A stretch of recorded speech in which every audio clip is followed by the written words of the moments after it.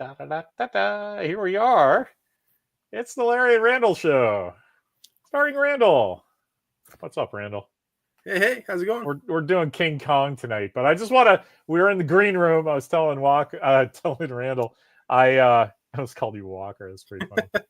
I was telling Randall that my mom had low level gypsy powers, and was insane about lotteries. Like she would never play the lottery until she knew she was going to win. Yeah. And that happened. She would never Uh, play. She would never play like the giant lottery, right? Because right, that's not, you didn't control it, right? It was just right. like she had like this little gypsy feeling. She used to call it. Get the gypsy feeling, and it didn't really. It kind of happened off and on. It was just kind of like, oh, that's funny when I was a kid. But after both my sister and I went to college, she was just like zeroed in on it, and it was so funny because my dad, they were basically like Scully and Mulder in the X-Files. My mom was like, yeah, there's fucking Bigfoot, aliens, fucking everybody's got powers. I can see the past, present, future, And my dad was like, America, I got my gun and I can shoot birds, But so even it's kind of a, not really, but he was an old 1950s white guy, right? Yeah. Like, So my mom would go, hey, I got a really good feeling. Can you play the daily for me? Just three numbers, right? And he'd be like, all right, whatever. What are the three numbers? And it was always something weird, right? They weren't random numbers. It was always something that meant something to her. Yeah. Not birthdays, but like weird stuff. Like, oh, here's the last three numbers of the house we lived in Cleveland. Stuff Yeah. like that. Yeah. And Yeah. congratulations, you won $700, right? And Yeah. so, enough time would go by that she'd tell my dad, because my dad was going to work, so he's going out into the world, right? Just pick Yeah. this up at the gas station on the way home, right? Yeah. Because it almost didn't work when she was doing it. Like if she went to go buy her own ticket, it was like moving the needle on it. You'd be off, Right. Right. But so anyway, then this is going on for years, right? Maybe twice, three times a year. She'd, at the end of the year, she'd be up hundreds of dollars, though, right? Yeah. And until there was this one time, my dad just like, this is just coincidence, Shirley. Good job, whatever. It's coincidence. And so one day she goes, hey, can you play 832? And even my dad gets that one, 832. Yeah, that's where we lived in Georgia. And he's like, I'm going to teach this woman a lesson finally. And either way, this will shut her up or it'll shut me up. Right. And he buys 10 tickets. Yeah. And the number came in. And so he never said a word to her ever again. You want whatever you want to buy, you buy it. Yeah. And isn't that insane? Yeah. Like yeah. so many people know this. This just isn't this like funny thing that I came up with and like, oh, she hit a couple of coincidences and now she knew everything. Yeah. No. I have a lottery story as well. Something's going on. I don't know what it is. This is based on what I was told. I can't remember if it was my brother or my dad. I forget who told me the story, but basically my mom, the one that I live with now, she could have won the lottery twice. Oh yeah, twice. Yeah, the American lottery and in the lottery in the Philippines. So the lottery here in the US, she had the winning numbers, but decided to change the numbers last minute. And so when she looked at the winning number, she was like, those were the numbers I had, and I changed it last minute. Yeah, that's cool. And then the second time, she didn't have time to go get the lottery ticket. So one of her cousins was supposed to get the ticket for her. The cousin forgot to get the ticket, and those were the winning numbers. So my cousin, I hope. Yeah, my theory is that God just did not want me to grow up rich because he knew that I would have been spoiled and I would have turned into a jerk, And so, here I am still waiting to get rich, but now I'm a good person. So like, see, there you go. Yeah. There you go. Ah, hey, check it out. Phil's here. Oh man, I got to look at that Worcester hat. Nice. That's it. At least Pawtucket played McCoy Stadium. McCoy, I know. I didn't even know the Paw Sox were now the Woe Sox until one of my buddies that is still over there mentioned it, and I was like, "Well, I have to get this hat because I mean I'm a bald guy, so I got to wear my caps out in the world. I probably have 30, 35 hats, so that's not a real surprise, but it's technically a Red Sox hat." And it's technically the first initial of my kid's name. So how do I not buy this hat? Oh yeah, yeah. So anyway, that's what's going on there. But all right, after all that shenanigans, look at that. 5.5 minutes of us just babbling about it. Sorry about your mom not winning the lottery. But Thanks. Yeah. You know. Hey, we probably never would have met. Sometimes stuff works out. I mean, I don't know. Who cares? It's a funny thing to talk about. The lottery is so weird. Like, who knows? You might be exactly the same person, and then at the end, when you die, like people are like, "Holy shit, that's what happened to the 2026 lottery thing." This guy lived his entire life just like how he did, with this giant check coming in all the time. Huh. All right. Now I guess his kid gets to deal with it. I don't think there will be signs. Mimi won't let me buy the 1966 Batmobile, whether I have money or not. Right? Where do we keep it? No, I think she'd cave in at that point. If you were a multimillionaire, she's like, all right. Oh man, that's not a good car, right? It's open to the weather. It's can't go faster than 35 miles an hour. Car garage. Get a car garage, keep it in there. Then you gotta. What's the point of that? You want to drive that car around? Yeah, you drive it around when the weather's nice. When's the weather nice in San Francisco, though? Yeah, that's a good point. 3 days in April. That's about it. You got to drive it at key points of the day when the weather's somewhat decent. All right, it feels like. All right, I'll allow it. Yeah, come on, man. That's my cap. That's a homie cap. All right, so do you want us to get going on King Kong? Yeah. Should we talk a little? Mimi said that when not the last one, the one before, where I started trying to put the movies in context of the world that you could buy a ticket for this thing. Yeah. She goes, "Hey, that was really helpful because I didn't really know anything about that." Because she's 6 years younger than me, so movies from the 70s, she's like 4. You know what I mean? So she's not gonna have that. So she was really interested about the context. So I have some cool contextual information that I looked up about King Kong in particular, but I'll also tell you what I thought about living through the bicentennial, which is the year this movie came out. Sweet. Is that cool? Yeah. So King Kong comes out in 1976, where the summer of 75 we have Jaws, and the summer of 77, the next year after, is Close Encounters. And Star Wars. But, Star Wars is kind of its own thing for the point I'm going to be making.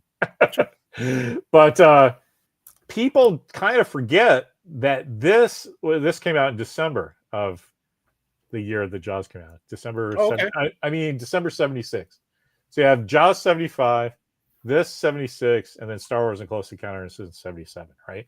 So there's like across a year, so there's summer to Christmas break to summer again from when you're a kid in high school. And I just fucking going to the movies was great. Logan's Run is in there. It's not really considered part of the giant summer blockbuster tentpole thing, though. Right. But people kind of forget this movie because it was at Christmas, right? But this was totally part of the scene that's bookended.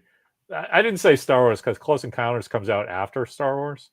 Okay. It's like a weekend or two later. But so the perception is Star Wars, everybody goes, "What the fuck was that?" And it's kind of its own thing, right? Yeah. Oh, yeah. But when Close Encounters comes out, everybody goes, the story trickles out that, they came up. That's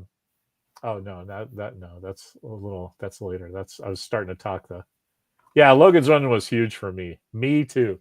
And in fact, right on the other side of this is my Logan's Run gun that is out because I was fucking around with it yesterday. That's how much there's something about when you're like 13, 14, 15, 16, you're starting to get into the adult world. And the easy way that you can do that is by watching more adult movies, right? Oh, yeah. So like there's my dad took me and my friend um, Scott. I had to think because we all through high school we called him both because sometimes people have two middle names. Yeah. So this is my friend Jeffrey Scott Todd Farnham, right? And Scott Todd. so Jeffrey was like his government name. That's what he went through school. All teachers called him Jeff Farnham, right? Yeah. But everybody at home called him Scott because his dad was also named Jeff, and so he just went by Scott. And so if I remember right, for somebody else's family, that's what it was. That he was named after his father, but got his own name plus a middle name, right? Yeah. So like his first name was like the extra one. Isn't that interesting? Anyway, so we're playing. We had a nice flat area in our backyard, and all the people come over, and we'd play. We had it set up for badminton and wiffle ball, and so Nice.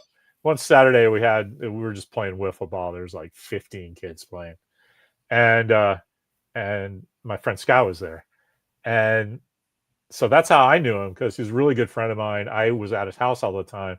I just started calling him Scott because that's what his family calls him, right? And then that went to his like close buddies. Everybody called him Scott, right? But at school, everybody who didn't know him, that was Jeff. Anyway, so half the kids playing wiffle ball are calling him Jeff, catch that, or Scott, hit that. And my dad is like going like, what the fuck? And so anyway, he comes around, finishes whatever he's doing, and ends up next to me and my dad. And he goes, hey, so Jeff, I hear people calling you Jeff, and I hear them calling you Scott. What do they call you? Which is it? And he goes, both. And my dad, because he's a jackass like me, he goes, okay, both. That's your name? Both. Okay, both. And oh my God, if he had just done that in front of me, no one would have ever heard that again. Yeah. But he did it in front of 15 other kids at school who all thought that was the funniest thing ever. So everybody just started calling him both. Both. Nice. So anyway, my dad took me and both to go see King Kong in 1976. It was a really funny thing. The film broke. My dad lost his mind. Went over. He's like in the projection room trying to help the guy fix it. Fucking hilarious. My dad in a nutshell. Anyway, 1976. I'm 13. So that's what I'm doing at this movie, right? Yeah. My dad had to drive me, but there's just a giant party atmosphere in America because like they have special like quarters that say 1776, 1976, and you're like, wow, the money's different. Everybody's wearing flags.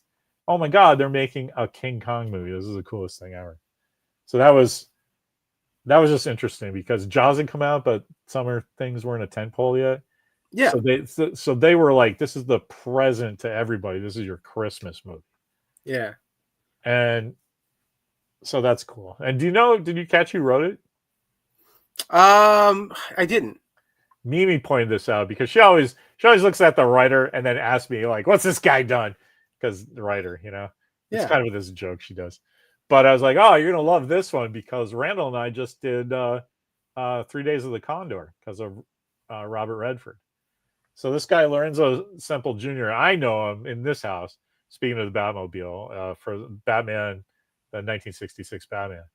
He wrote the series Bible and the first 4 episodes and the big movie with the 4 things. So he's basically the guy that put down the template for that campy Batman thing. Oh, sweet. So that explains why the rest of his thing, he got big attention for doing that because Batman was the coolest thing at the time. Yeah. And the movie did great. So he turned that into, he wrote 3 Days of the Condor, and he wrote another one. It wasn't the Iger sanction. It was another one of those at the time. Phil might know, actually. Yeah, here's a good thing from Chris Sagasai, too. Viking 1 and 2 landed on Mars. That was a trip, right? Because 76 was a cool year, right? So everybody was being very ambitious. And so that is what King Kong was. Yeah. They, you watched the whole thing, right? Yeah. I was going to say, like, I remember watching bits and pieces of this movie as a kid, and just the tone, the cinematography, I see Jeff Bridges in there. I see Jessica Lange, and I know they did a bunch of stuff in the '80s.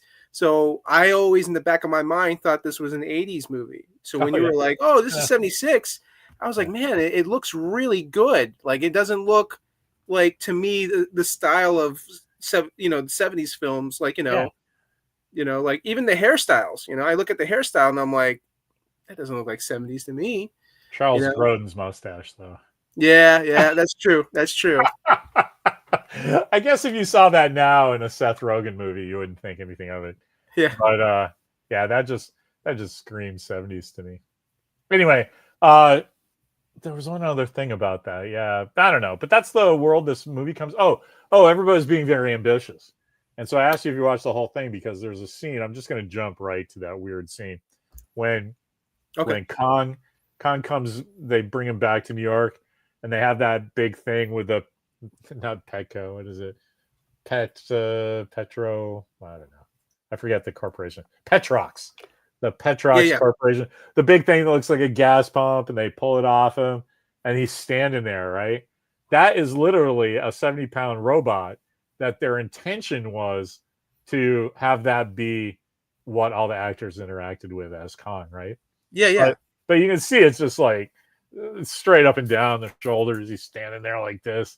It does. The head moves a little, and those are the arms. You saw the. I thought it was a statue. It basically is because it doesn't really work. The fingers are just going like this, Yeah, really yeah. slow, and the head is going like this, back and back. And Wikipedia says that it's only on screen for 15 seconds, and Yeah. it's not even 15 consecutive seconds. They No, no. don't want you looking at that, and Yeah. then they do the rest of the movie with Rick Baker in a suit, which is just sublime, man. Like he's really acting in that thing, Yeah. and I think that's great. But There anyway, are there are a couple funny moments where you see him like see Kong like smiling, oh and yeah, like yeah. and when he's taking his finger and he's like rubbing Jessica Lange and he's like smiling like Yeah. like that stuff you can easily kind of like make fun of, The but cool, all well, yeah, but why would you though? Because like in 1976, yeah. they're making kind of a point there about like various kinds of homosexuality and stuff. Oh Like sure. there's a read to that thing that Kong is jealous of Jeff Bridges the entire time and Yeah. is totally after Dwan. I changed the names to make it more W and the memorable. A. Oh my god. So yeah, that's Jessica Lange's first movie. So Yeah. I was telling Mimi, I was like, so you know Jessica Lange? She's like, of course. And I said, I looked at her Internet Movie Database, and she has something insane like 47 awards with 67 nominations and 2 Oscars that she won. Yeah. And I was like, you can't look at that Internet Movie Database page and watch this movie and think this woman's gonna grow up to be like a mighty actress in Hollywood. Right, right. And the thing that's really cool is we have the benefit of hindsight in that. That's why I was making context a big deal in this one. Yeah. Because Logan's Run, you want to tell everybody it's 1976, but you don't really have to explain anything. It's sex and drugs and rock and roll, baby. Okay. Like that's kind of universal, right? Yeah. But there's some weird stuff going on in King Kong that reads so subversive if you want to look at it that way. But, at the same time, it's like, oh yeah, she's also just it's a girl in a slinky dress and a giant rubber couch that looks like a hand. Yeah. You know? Anyway. Oh yeah, look at this. All my boys are coming out with what they remembered in 1976. The Enterprise is coming out. Do you know about Nice. that Star Trek fans wrote to Gerald Ford and told him, you better name this USS Constitution motherfucker the Enterprise. Oh, I vaguely remember hearing something about that.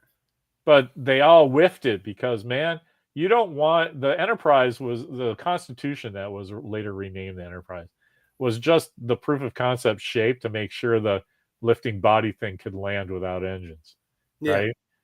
And so you want to name the Enterprise the one that fucking goes into low Earth orbit, you dumb shits. I Right. even had that thought when I was 13. I'm like, no, don't waste it now. We want the first one going up to be the Enterprise. Never mind. And speaking of Star Trek, how cool is it Odo is in this movie. Yeah, yeah. He's not Odo yet. No, far from it. Yeah. That's the other. No, see, but he's like wildly respected at this. That's the other thing about 1976. He's 5 years Yeah. away from MASH. He played Father Mulcahy in the MASH movie. So, Okay. so just having him with like long hair and being all hippie, and that was kind of like a cool role for him. That's a lot of good cast guys in there. You Yeah. can even remember there's fucking Joe Piscopo's in this movie, man. Is he? Yeah, and there's one other Saturday Night Live member from the old days. I don't remember, but they were young kids. They're uncredited extras, but Okay. but Piscopo has a shot. You can see it's him. They're both reporters. Actually, I have to go look that up now. Oh, okay. I've always enjoyed Joe Piscopo ever since I watched Johnny Dangerously. Joe Piscopo. My mother hung me on a hanger on the door once. Once. Everybody was trying to get a couple of years ago. They were getting me to tell Walker to watch Johnny Dangerously, and I was like, "No, it's Batman and the Penguin." Yeah, I mean, but it's a gangster movie for jokes. Yeah. Chris Sagwisig. Yeah. I should not call him Sagasag. It's just so fun, though. I don't know. Anyway, it is fun. I thought, to be fair, I thought the Enterprise would be flying in space. I was 9. Yeah, I was 13 and had to be told as well. But yeah, I found out ahead of time enough to write to Gerald Ford and say, "Yeah, man, don't do that for the lifting body one." Anyway, so the only notes I had about this was actually putting it in context for its time, because I just found it super enjoyable. Yeah. It's interesting because I was never a giant King Kong fan. I don't care about kaiju. I think Godzilla's stupid. Not really. I just said that because Chris is here. But I mean, I just don't. It's just I don't react to it that great. But that said, I love Kong. What was it? Skull Island. Kong Skull Island, right? Yeah, Skull Island. Yeah, with I love that one, and I love this one, mm-hmm. and I love that Monarch show. But Kurt Russell. Yeah, I do want to see the Peter Jackson one. I haven't seen that one. So that one is horrible. Don't go see it. Okay. It's crazy bad. Yeah. Because it's like if I was to I don't know. I was trying to have some kind of metaphor, but Peter Jackson just loves the 1933 one so much. Oh yeah. That he just reshot that. He made the 1933 one. So it's a period piece in 1933, so I don't care. Yeah. It's got it's not Nicole Kidman. Who's the other? Her best friend, the Australian actress. Naomi Watts. Naomi Watts. Naomi Watts is the girl. And she's, I mean, okay, but like she's not exactly this riveting presence that the girl the giant monkey's in love with has to be, right? Sure. Yeah. And then who's the audience in? Fucking Jack Black. Like none of Peter Jackson's choices in that movie make for a good film. For me. Yeah, when I saw that, you might love it. Yeah, well, no, when I first saw the trailer and heard about this movie, one, I was excited because it's like, okay, Peter Jackson, this is his like first movie after Lord of the Rings, so this should be, it's King Kong. Oh, it should be awesome. And then I see the cast, and I'm like, the only person I feel like that fits close enough in that movie is Naomi Watts. When I heard Jack Black was in it, just a blonde girl. So if that's what you think that role is, then you deserve the kind of movie you get. Yeah. So and then who was the main guy? I think it was Adrian Brody. Yes. Yeah. Which I did not remember. So good on you for remembering that. Yeah, thanks. He's one of those actors, like he's a good actor, but like I think a lot of the performances and stuff that he does, I think can be hit or miss, and I think that role for him was a miss. Like he shouldn't have been in that movie. Jack Black. No. Adrian other Brody. guy, Adrian Brody. Yeah. Yeah. Also Jack Black, like that just doesn't seem like the kind of movie Jack Black should be in. Now, if he were to make King Kong a comedy, then I say, oh great, you got a great guy. Jack Black will definitely do something. Oh But man, this is cool. I was trying to find the extra guy for Joe Piscopo in the cast list. yeah, But Donald F. Glut is in it. Do you know him? that sounds familiar. He's a comics guy. Okay. But yeah, Corbin Burnson was the other guy I was trying to think of, but I think Chris said that, right? Yeah, Corbin Burnson was reporting this. Oh, Corbin, nice. That's the other guy I was trying to think of. Cue I'm the with LA Law theme song. yeah, exactly. So Phil says see the 33 one, and so does Chris. And I will make it 4 because that movie I didn't, it's a black and white TV. I'm watching on the black and white TV when I'm supposed to be doing something else. So I didn't really find it that riveting, but I was fixated on stop. That was the first time I really understood the stop motion animation aspect. Yeah. And I was riveted. So it's great. I should watch some of the was it Ray Harryhausen? Okay, yeah. Harryhausen's the stop motion guy. Yeah. There's probably several movies of his that I should try to watch. Jason and the Argonauts is fantastic, man. You should, just from a historical standpoint, to see where special effects came from. Yeah. That Jason and the Argonauts, and he did a one called 7 Voyages of Sinbad. Yeah. Like, see, even Sagasag, we probably had the same thought. The second you say Ray Harryhausen, both of us probably went, yeah, watch Jason and the Argonauts, man. I'm wasting time. Did he also work on Clash of the Titans? I'm sure he did. Yeah, didn't he? I think that was his last thing, right? He did stop motion for the owl. Okay. I'm pretty sure I remember reading something about that in Starlog at the time. And isn't there no, I'm confusing the original Jason and the Argonauts, where there's that giant guy that's stop motion. The thing that I find really interesting about Harryhausen's stuff is that when you see the composites in King Kong, like the lighting's so off that like the bit where Kong's reaching into the cliff cave to try to get Jeff Bridges out. Yeah. So it's obviously that's Rick Baker in the suit, and they built like 2 different things. But when they do the far shots to show scale, like, oh, look at a tiny little guy hiding from this giant gorilla, the light is so off that like even the traveling mats that Star Trek did, like for a weekly show, are better matched than this thing. And I don't know if that's the print or what, but I was like, do you know J.J. Abrams loves that movie Phantasm? So really? Like, he actually with the old guy, yeah. So he contacted the studio and said, "It drives me bananas that I don't have this on 4K Blu-ray. Yeah, I will personally pay for it, and you guys can just for the upgrade. You guys can just fucking sell it. I'm just gonna pay for that to happen because good on him. You guys won't do it on your own." And they went, "That's cool." And so the reason Phantasm has this perfect like thing is, and I think that's what they should do to this movie. Yeah, this movie is historically important for just the business and the industry. It's got its production is like storied. There's so many crazy things that they had to fix on the fly. Like that giant robot was $500,000 and it didn't work. So they had to they had to figure that out. Did they demolish it? Or does someone like own it? I don't know. I'm sure somebody owns the arms.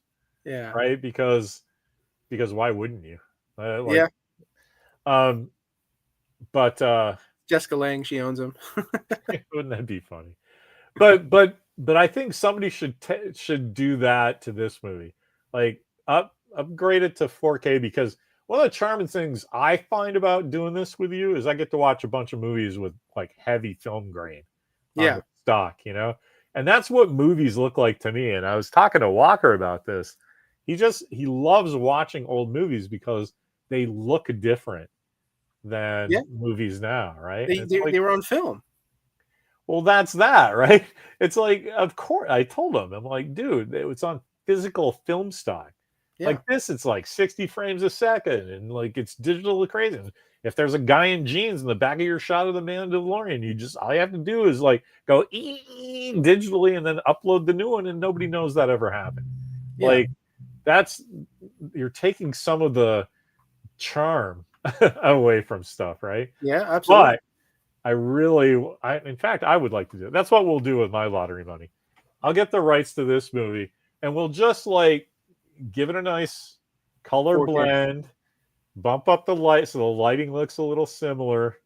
Like we don't want to like step on it. Add Joe Piscopo and Corbin Burson into the credits. And Donald F. Glutt. Yeah, I was just reading this on Internet Movie Database, right? Corbin Burnson says his role is reporter, uncredited. Mhm. You know, Donald F. Glutt, guy in amphitheater, uncredited. Okay, that's fine. You know what Joe Piscopo is? Bit part. Anyway, that makes me fun laugh. All right, let's see. Jason, all of those are good. The Sword and Sandal Harryhausen films are so damn fun. I agree. Seventh Voyage, Golden Voyage, yeah, all the Sinbads, yeah. Mighty Joe Young, yeah, that's interesting. I kind of didn't like the Mighty Joe Young movies because my last name is Young, and people would make fun of me. You're only watching that because it's not Mighty Joe. No, it's because it's a fucking giant gorilla movie. Yeah. What? Why aren't you watching it? If it was Mighty Joe Abernathy, you'd be watching it too, Dave. Anyway, I'm just making shit up. All right, so what did you like? Costumes, story. Did you know this story? Because it's basically, yeah, it's basically just a riff. It's just a modernized riff on the original. Yeah, I think right away I was like, you can tell the production budget on this was huge. And I think it was well directed. I think the lighting, the cinematography, I loved a lot of it. Obviously, third act of the film is my favorite part of the film because like the action ramps up and like you get to see like he's in the city and he's moving around. What's crazy is at the end when he's like getting shot up, I'm just like, it's like this is like almost like he's stepping on people, man. Well, yeah, he's stomping on people. Sorry, Charles Grodin. Like it's more the other 5 randos. I feel bad. Charles Grodin deserved it. The worst was probably the girl that King Kong picked up thinking it was Jessica Lange and wasn't, and then he just like throws her. He tosses her. Not just that, but then there's like this little Doppler scream that goes. Ah! Yeah, she goes away. That's cold, man. Oh yeah, but like when he's getting shot up, I'm just like thinking like, dang, like it's like Godfather level. Like he's just like, Well, he is a 70-foot monkey, so those bullets, you need the bullets from the helicopters because you need a bunch of bullets for the 70-foot gorilla. Oh yeah, and then like probably doesn't hurt, but it just the falling scenes are pretty funny. I mean, I get it; it's the special effects for then, but still, it was just like, like speaking of which, like when the guys fall off the thing, the tree, yeah, that's lame. But when you remember that the exact same thing happens to the Nazis in Raiders of the Lost Ark, which is it's only 5 years later. I mean, that's just what you got back then. Yeah. But that's a good one for if you were somehow able to match up the lighting and the colors on that, it would be less noticeable. Oh, you sure. Can clean up the mats too. There's big black traveling mat lines around everybody that they superimpose. I noticed it was pretty bad when she was climbing in the foreground up from when they had Kong in the oil tanker thing that was empty. Yeah. Like they're going to flood it and drown him and shit. She's climbing out and she's on the left in the foreground to make sure the scale is correct. Yeah. And, man, I was like, that's take a little more time on that one, you guys. That was horrible. Yeah.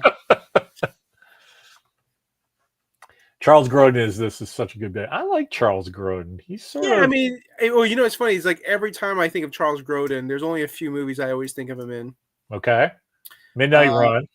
I've never seen Midnight Run, so I can't say. All right, that's next week. Okay. All right, that was easy. Yeah. All right. Uh, I I'm gonna know. write that down. I'm so outraged. As a kid growing up, obviously Beethoven. Okay, You know, he's the dad, right? yeah, he's the dad. Then also there was which I haven't seen in a long time. I would like to do a rewatch of it. Midnight Run. What was it? Because what we're not Clifford. telling everybody is like Sunday or Monday, I text you and go, "The fuck are we watching?" And you're always Yeah. like, "Oh, you old man, you better get a special test, get an MRI, man." Anyway, No, you just got to take notes. That's all. I like Chris is like, "Damn it, Randall!" No, we solved that one right away. We're watching that one. Yeah. All right. And what was the other one? Chris, Clifford with Martin Short. what? How's that possible? You haven't seen Midnight Run? Midnight Run is essential. Have you not been watching the YouTube series? I think I have lots of examples of why of movies I missed out on. Yeah. Oh, hey, I meant to. I know you're in the middle of something, but here's a cool little aside. Wednesday's New Comics Day, which I'm sure you know. Not telling you anything you don't know. DCKO came out today, so Yeah. So my kids texted me from Orange, California, going, "Hey man, when you go to Frank's to get my comics today, which I know you are because you're a good dad, make sure I get DCKO." And I'm like, "Frank's got you covered." And sure enough, I go in there, and Frank hands me But his is it book the blind bag? with the blind bag of the comic. Yeah. There's a blind bag of the comic. There's a blind bag of DCKO. Yeah. Well, what's in the bag besides the comic? So I'm trying to remember here. There's a lot of different covers. I think it's supposed to be Variant covers. Yeah. Unless it's a Chip Zdarsky cover, Walker doesn't really care. He loves Chip's design sense. Yeah. And he loves that I knew him before he was Chip Zdarsky. Yeah. So Walker he's following his career. I haven't talked to that guy in 20 years. So. Oh, really? Yeah, but so Walker's usually like, "Well, you know Derek Robertson?" I'm like, "Yeah, you want to talk to him?" And he owes me money. But this is one of those guys that he's like, "Oh," he just assumed when I go, "Oh yeah, he was part of that Fraction Warren Ellis crowd." And he's like, "Oh yeah, you know Chips?" And I was like, "I knew his name was Steve before it was fashionable to do so." And he's like, "Oh my god!" And so he's like, "Hey, can you just give me his email address so I can write him a fan note?" And I'm like, "No." He's like, "What?" And I'm like, "I haven't talked to that guy for 20 years, since before you were born, man." There are rules. And that's not, it's just an etiquette thing. What I'm like, "Hey, remember when we used to write nonsense to each other 20 years ago?" The answer might be 50-50. Not really. So I'm like, "No, you just have to take it that I'm pals with, I don't know, Tom Taylor." And speaking of, and he's like, Derek, "Okay, whatever." I forgot to mention. Speaking of Derek Robertson, he was at Ocala Comic Con here in Florida. So I spotted him. I saw him, but I didn't have a chance to go over there and get dude, he's the nicest guy in the world. Yeah. Oh, I could see him talking to people, and he was super friendly. So I could tell, what you said about him. I'm like, oh yeah, that's totally him. I ended up, getting stuff signed by Adam Kubert because he's one of my favorite artists. If you are ever at the same con as Derek, you have to go over just because he's a cool guy. You will have a good conversation, and you will walk away going, "Oh man, I had a good conversation with Derek Robertson." And you will tell everybody, "Hey, Derek Robertson's a good guy, man." Yeah. And they'll go, "How do you know, Randall?" And he's like, "Oh, I talked to him for half an hour about nothing, and it was the best conversation ever." Do you think if I name drop you, he'll say a story? Oh my God! Tell him that I told you to tell him a story about drinking in my house when we were younger. Okay. And then he'll just start laughing, and then I'll be interested in which one he tells you. Okay. Yeah, he used to live 10 or 12 blocks away from here, so we used to hang out here all the time. That's awesome. Yeah, he's a good guy. Now he's all I got a house in Italy next to George Clooney. That's cool, Derek. Can you just give me a quote for my kids' book now? Yeah. Draw a variant cover, right? Oh man, he did a variant cover for Planet of the Capes back in the day that I used in ads, because that was valuable. You know, Derek Robertson, artist of Transmetropolitan, is doing Yeah. this. And Brandon didn't care because Brandon's friends with him. He's like, yeah, fuck yeah, that's great. Get some attention on this book. But I could never find a place to use it in actual print. And so now I'm thinking about putting a short run. Oh, I didn't send you that loose cannon yet. I got to do that. Yeah, now I think of doing a short run of Planet of the Capes again because I'm out. That thing's been out of print for a while. And but coupled with Walker and Brandon's new one, Yeah. I think that might be a smart move. You want to hear something funny? Yes. I, for the longest time, forgot to tell you this. Back when you sent me like a stack of your books, I was like, you know what? I was looking up Planet Lar, and then this was back when Diamond was actually a better company, and so company. and so I went on there and I just typed in like Planet Lar like under publisher, and a few books popped up, and I think Planet of the Capes was one of them. All right. And so I was like, you know what? Ordered. I ordered that's cool. Just on the title. Yeah, so I have I have it back there with the stack of books. Oh, right on. I actually like that one because it turned out great. But can I tell you the story about this? It's pretty good. Yeah. So Warren pitches me Switchblade Honey. Do you know that book? No. It's just basically his idea of Star Trek, but it's just all run by drunken British guys, right? Okay. And the aliens they fight are like assholes, and they know English from Simpsons episodes. It's actually pretty entertaining. I don't have any of those kicking around either. That one did really well because it was Warren, right?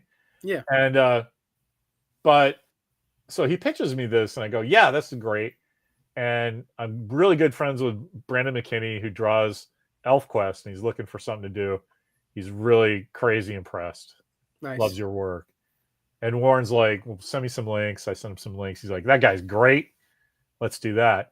I don't have it finished, but I'll just write as he goes. And I go, uh-oh. Because that's never good, right? No. But because I know that's never good, and Brandon's really wants to work with Warren, and our Warren books at the time weren't comics. It was like his Available Light, his collection of Coming Alone from CBR. So I was really interested in just doing a comic, right? Yeah. And so I had this good. I took a day to think about what we were going to do, and I go, hey Brandon, like I don't know if this is going to happen, but Warren's got a lot of irons in the fire, right? So, and he's only got stuff. Like he's only going to write scenes for you as you go, right? Because he's doing this around some other work. So I think I can do that too. And he goes, what do you mean? I'm like, there's a strong possibility that he's going to write you 10 pages to draw, and you're going to draw those 10 pages, and then you're going to be, where's the rest of the script? And he's going to be like, I don't have it until Tuesday. And you sit around with your thumb up your ass. Yeah. So how about this? I have this idea, and I pitch him Planet of the Capes. And I go, I don't care when this comes out, but this will have you working if, like, hopefully, you just work straight through and finish Warren's book, and then that goes. And then we'll do ours whenever it feels like. But if there's ever a bit where you're waiting, even if it's a day, I'll just write this script, and you can have it, and then work on whatever you want whenever around that. So you never awesome. feel you never feel like you're waiting and doing nothing, right? And I don't get mad at Warren, basically, right? Because like honestly, he was doing us a favor because he has this great reputation, and he's doing this book with us. I mean, I didn't want to be like, where's this thing you're doing for me? You know what I mean?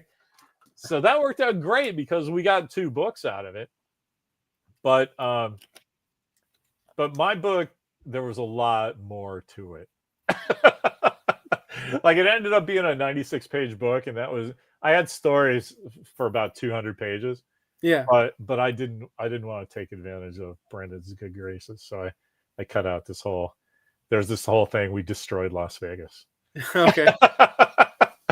Anyway, I just wanted to say that out loud because now at least Steve Ukraine will be saying, "Hey man, where's that collection of Planet of the Apes with Walker's thing?" And just put Derek's old marketing piece on the cover and call it a day. Yeah, yeah, I can hear it like we already had this conversation. yeah, yeah. So thanks, Steve. You can tell he's a production manager in real life. Yeah. Anyway, so yeah, thanks for letting me go down, memory lane with Derek Robertson. Yeah, man. And Warren Ellis and Brandon McKee. And my kid. I want to make that book right now and not wait for San Diego next year.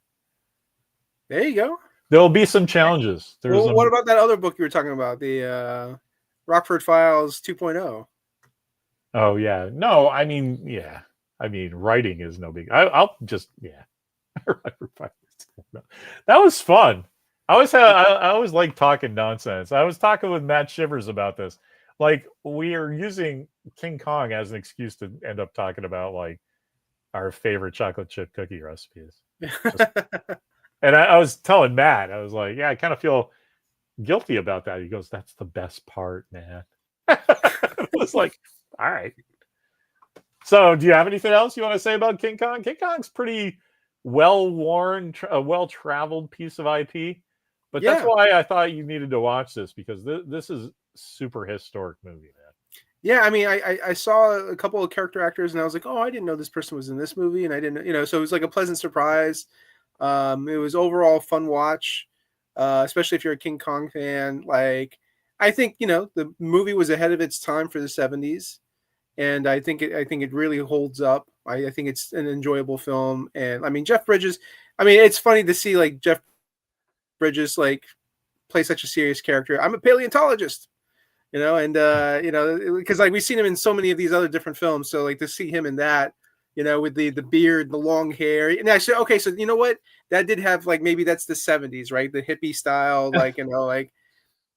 Well, that was one of the things that's one of the things I was going to say about Bridges, that he looks like a young version of the dude, but he could not be more opposite just based on the fact that his hair is washed. Yeah. Like he's turning his head and running towards Jessica Lange every once in a while. And he's got these flowing locks. He looks like a horse in slow motion. And I'm like, you don't get that from Big Lebowski, because, they make him look like a hobo. The closest he came was in the very beginning when you see him and he's getting out of the cab and he looks like he's drunk. And it's like he takes out his wallet and then he drops the money or whatever. Oh, yeah. No, he did that on purpose. Yeah, to get in. Yeah, I know. Yeah. No, I'm just saying like that's the closest to what we see as a young dude. Yeah, I get what you're saying. I guess I don't know. I never got the idea that he was drunk, but yeah, that's why he was late, right? He was drinking in a bar until the last possible second. Yeah, I kind of didn't get that, because the dropping a wad of cash as a bribe to the gate guy is a pretty smooth move, right? Oh yeah. And so how drunk are you if you do that pretty smoothly, right? Right. And, well, I mean, I think it's like you see. I'm just explaining why I didn't see it. I think you're right. Yeah, I think he was out drinking. I never realized. Well, when I saw it the first time, I was 13. I really get that. And now it's a really short scene too. It's like, well, like because they just gave him the whole like 70s anti-hero thing. Like, he's not there in his uniform ready to go, sir. He's like has to bribe the guy to get on at the last second. So and I remember the scene. I remember the scene when Charles Grodin is like going over the screen, like telling all the guys like, okay, guys, here's what's really going on, and like, of course, Jeff Bridges like, sneaks into the room as the meeting's going on, and then drops the science on everybody. Yeah, he's just that guy in the background. The whole time, exactly. Charles Grodin literally asks, "Who are you?" And you just see Jeff Bridges like continue. Yeah, he just continues his conversation, not acknowledging who he is. Yeah, that's a great scene. I love that one. Yeah. But the other Charles Grodin, there's always this part in this movie that he did, which I just love him in it for it. I'm a big Mike Myers fan, so there's a movie called So I Married an Axe Murderer. Yeah. Have you seen that movie? Long time ago, because I was in love with Nancy Travis. Yeah, The yeah. girl in that movie. So that's Oh, yeah. all I remember. So Charles Anyway. Grodin is in it, and Anthony LaPaglia, he's like, I have to commandeer this vehicle, and you see Charles Grodin, he's like, no.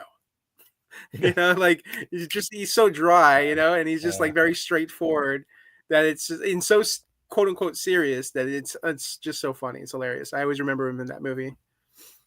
You just reminded me now. It's like, wow, if you like that, you're going to like Midnight Run when we watch it. I was like, you know what? I might, especially because of this. Not only is Midnight Run essential Grodin, it's a very, very good movie. You'll Oh like yeah, it. it's a De Niro, right? Yeah. And Yeah. so it's you'll like it. So I'm just gonna tell everybody once a day.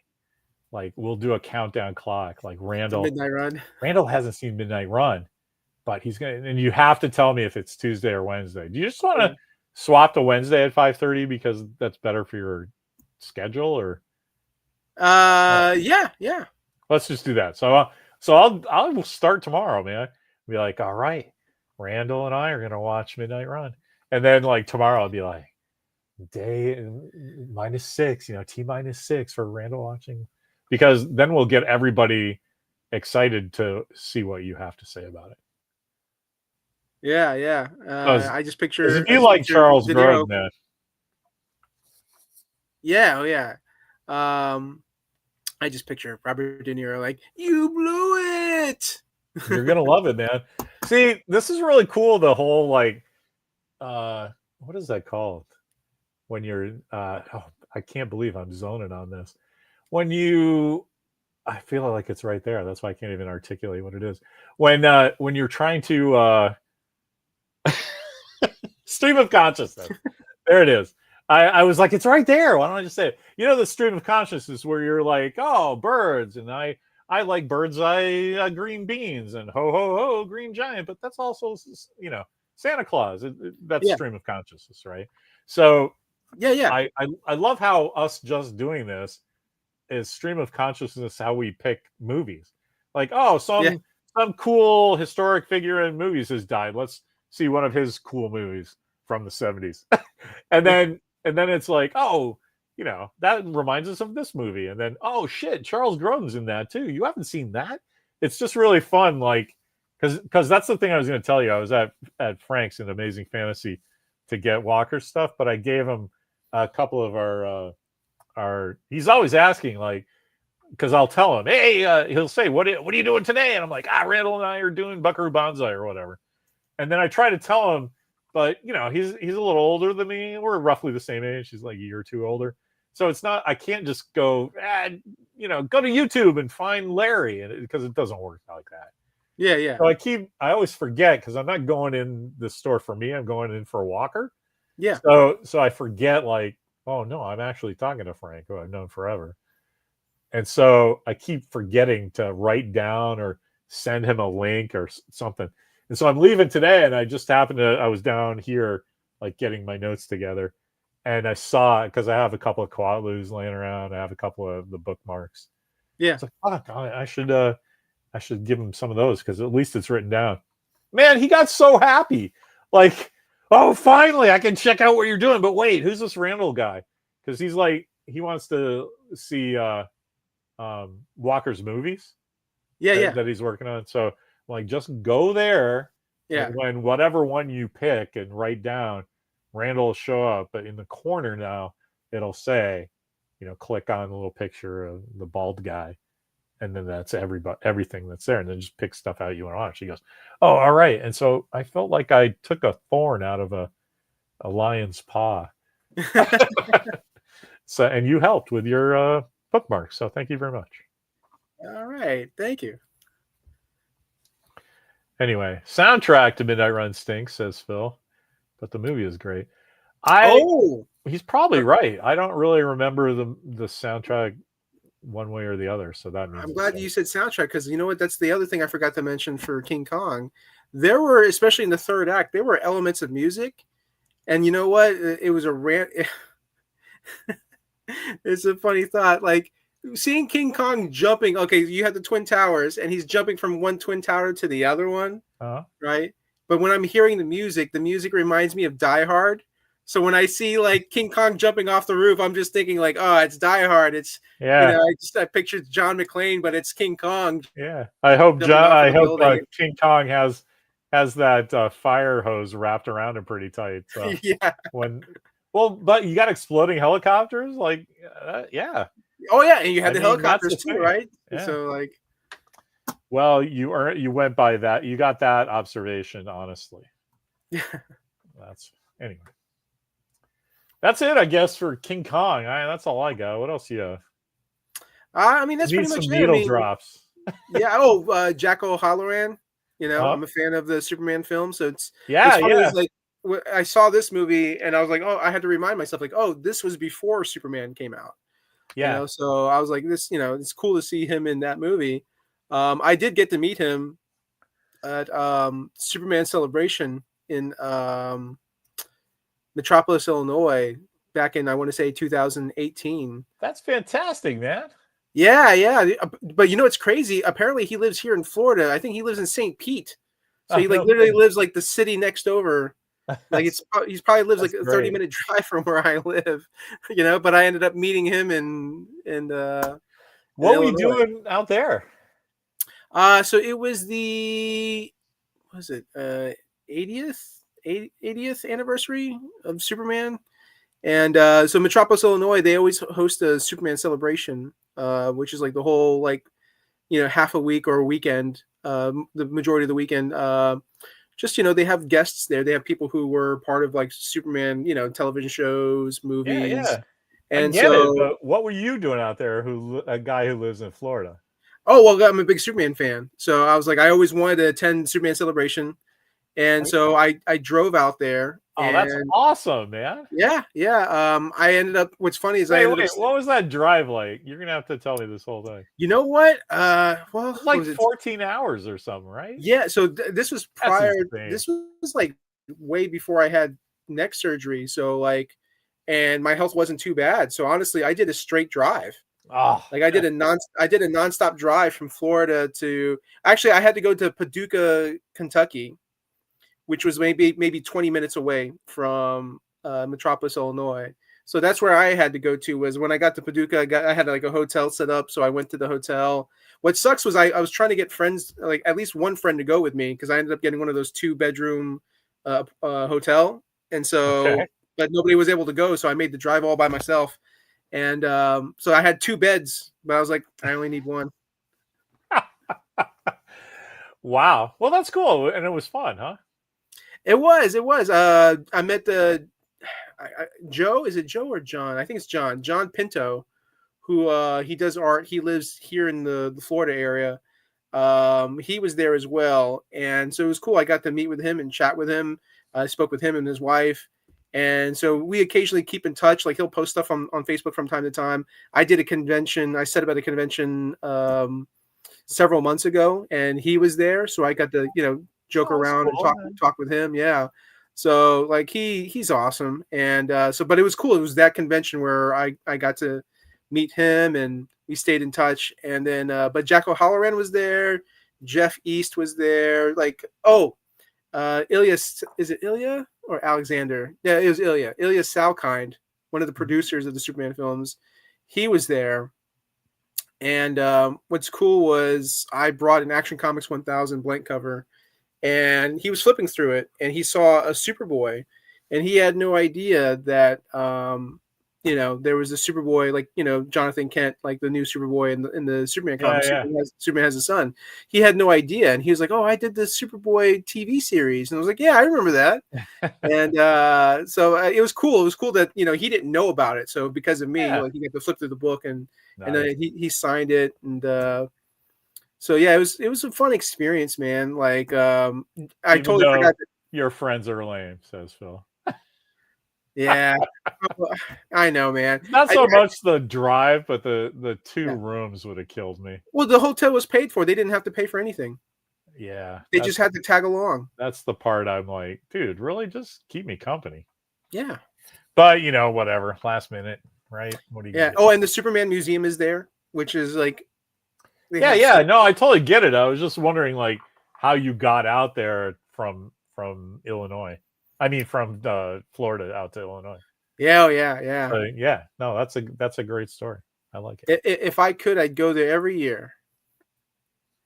What's funny is I talked to some of the people that live there, and then I went on Zillow because I was like, I wonder how much a house costs out here, And man, like this was 2018. I'm sure it's gone up since then, but at the time it was like $75,000 for I think 2 or 3 bedroom house.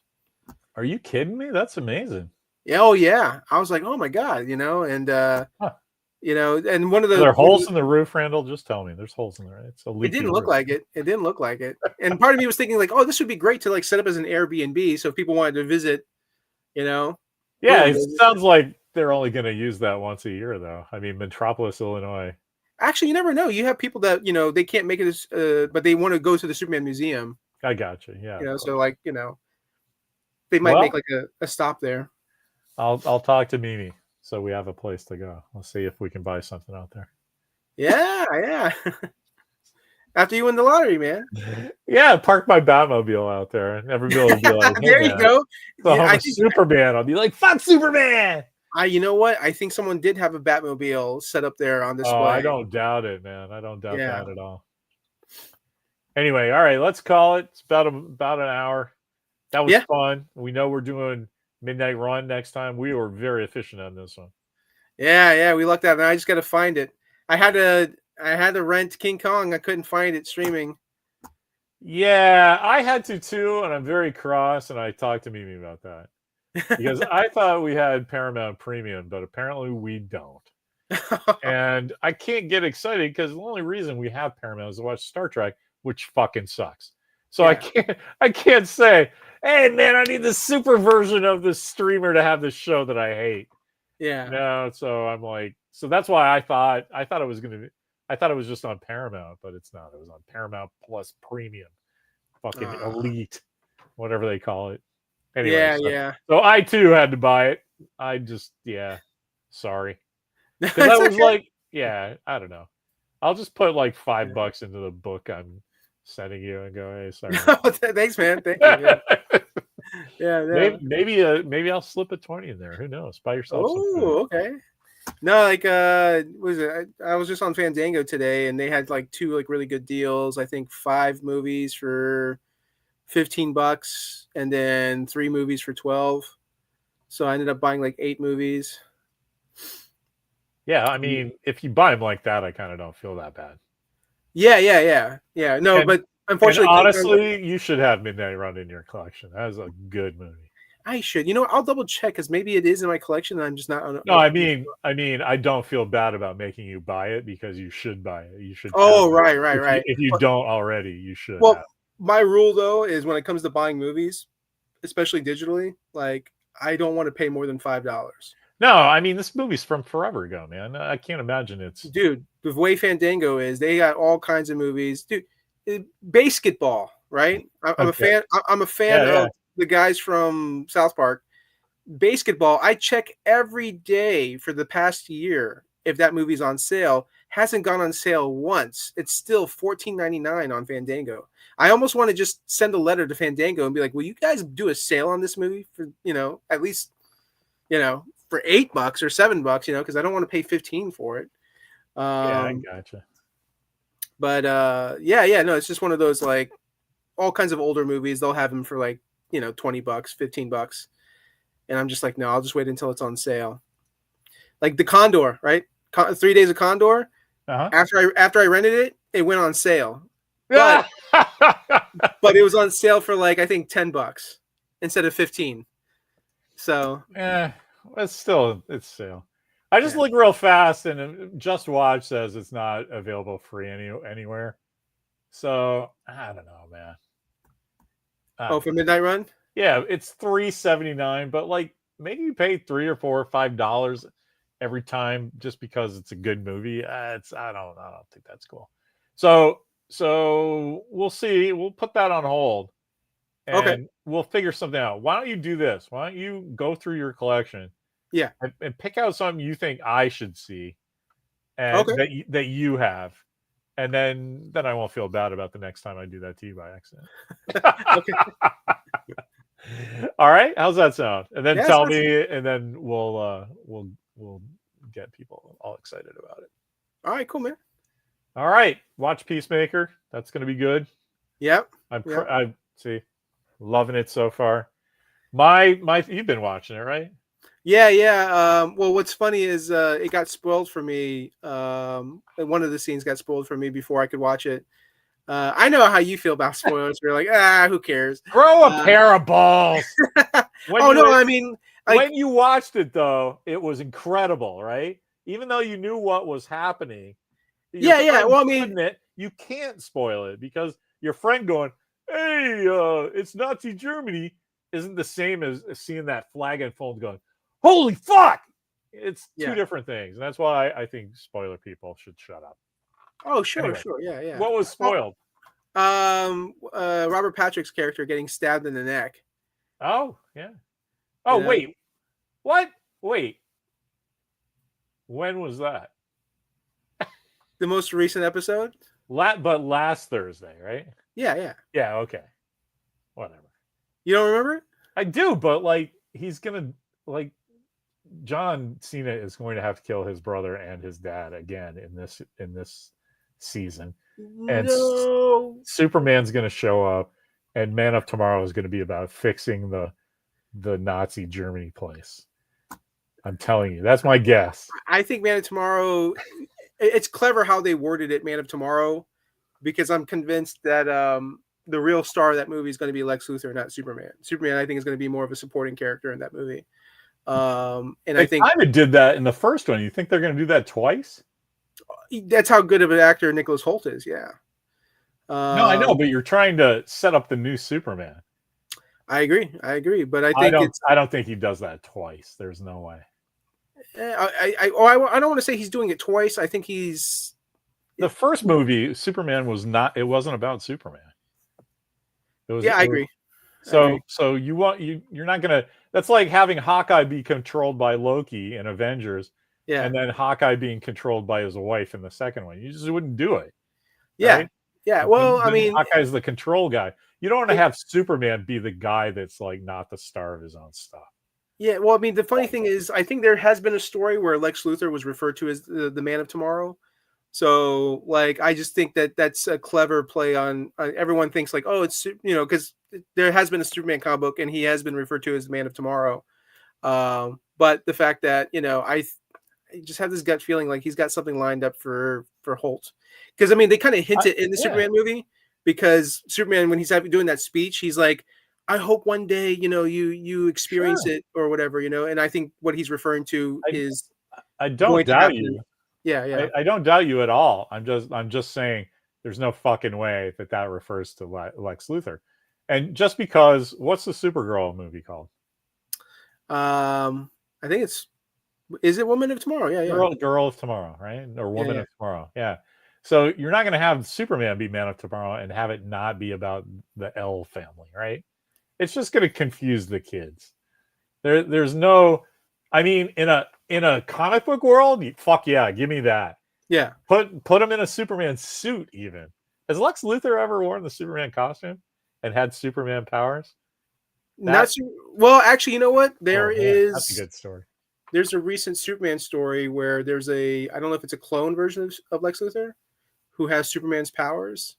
And I don't know if he was wearing, I can't remember if he was wearing a Superman suit or not. But I think they did, and then Superman. Like, there was Superman for like 6 months in the 70s, like had to stroke the alien links to get his powers. Just fucking give his powers to Lex Luthor. Do that for 6 months and see what happens. Well, when they did the intro his battle suit had the crest. Okay. Yeah. He had the battle suit with the blue and red and this S symbol. Yeah. Okay. But they did. I think Jim Lee drew it, like the teaser for Man of Tomorrow, and you're gonna see like Lex is drawn wearing the Lex suit. Okay, cool.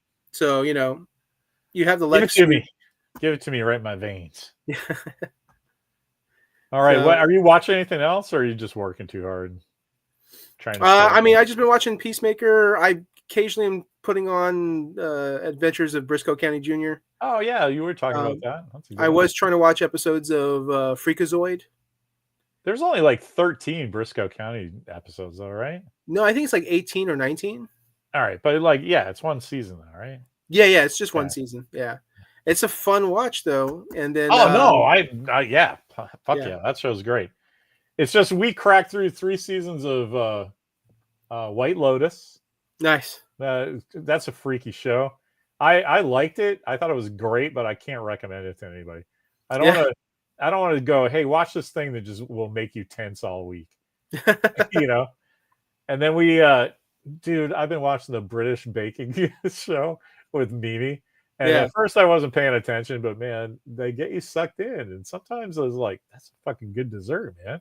Oh yeah. And yeah. you know, I cook a little, so like I'm like, I don't do desserts, but like I dig on that like fruit mousse they just made. Anyway. I'm sure you remember like people bashing on my food posts on Facebook. And I've been wanting to do something of that nature, but for YouTube. And it's basically just me like eating all the different foods. Dude, and doing that's reviews. hilarious. Yeah. It's like, hey, it's lunch with Randall. What are we having today, Randall? Oh, let me see, Randall. Oh, look, it's fast food again. He's like, this is the number 2 at McDonald's. Yes. You know, it's like my goal is to do all the number of meals. Dude, you'd be like Hot Ones. Everybody would love that. Yeah, Hot Ones. Oh, Jesus. Just watching this like really interesting cat just eat the shittiest food on planet Earth.